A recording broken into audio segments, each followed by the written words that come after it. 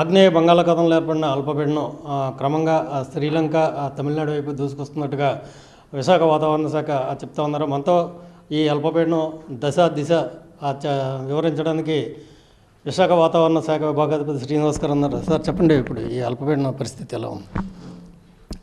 ఈ తీవ్ర అల్పపీడనం నిన్నటి వరకు మనకు నైరుతి బంగాళాఖాతంలో అయితే చూసాం. అది ఆఫ్ ది శ్రీలంక కోస్ట్. అది క్రమేపీ ఇది వెస్ట్ నార్త్ వెస్ట్ డైరెక్షన్ అంటే పశ్చిమ దిశకి వెళ్తూ అది ఈరోజు ఉదయానికి గల్ఫ్ ఆఫ్ మన్నార్ అండ్ దానికి పరిసర ప్రాంతంలో అయితే నెలకొని ఉంది.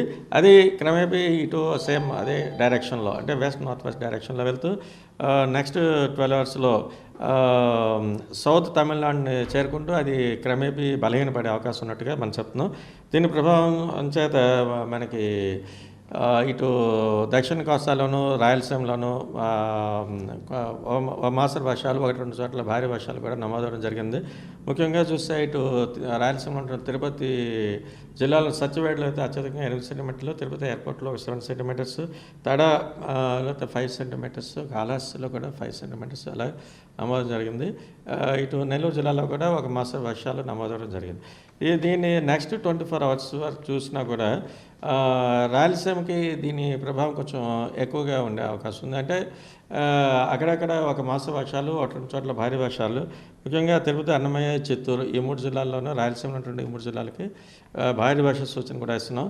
వీటితో పాటు దక్షిణ కోస్తాలో అంటే నెల్లూరు జిల్లాకు కూడా భారీ వర్ష సూచన అయితే ఇస్తున్నాం. అలాగే మత్స్యకాల వరకు చూస్తే ఎటువంటి హెచ్చరికలు అయితే మనం జారీ చేయలేదు.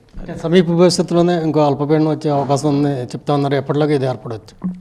ఇప్పుడైతే అన్నదండి అయితే ప్రస్తుతానికి అయితే సైక్లోనిక్ సర్క్యులేషన్స్ అయితే ఉన్నాయి. అవి రావడానికి కొంచెం టైం పడుతుంది. నెక్స్ట్ బులెటిన్స్లో దానికి సంబంధించిన డీటెయిల్స్ ఇన్ఫర్మేషన్ ఇస్తాం. అంటే ఈ అల్పపీడన ప్రభావం ఎప్పటి వరకు మన రాష్ట్రం మీద ఉండే అవకాశం? దీని ప్రభావం మ్యాక్సిమం 1 డే నుంచి ఇది ఉత్తరాంధ్ర వరకు అయితే మనం డ్రై వెదర్ అంటే పొడి వాతావరణం ఉన్నట్టుగా మనం ఫోర్కాస్ట్ ఇస్తున్నాం. ఉత్తరాంధ్ర వరకు, దక్షిణ కోస్తాలో 1-2 చోట్ల, అలాగే రాయలసీమలో కూడా 1-2 చోట్ల అంతే, అందుకని అనిపించలేదు.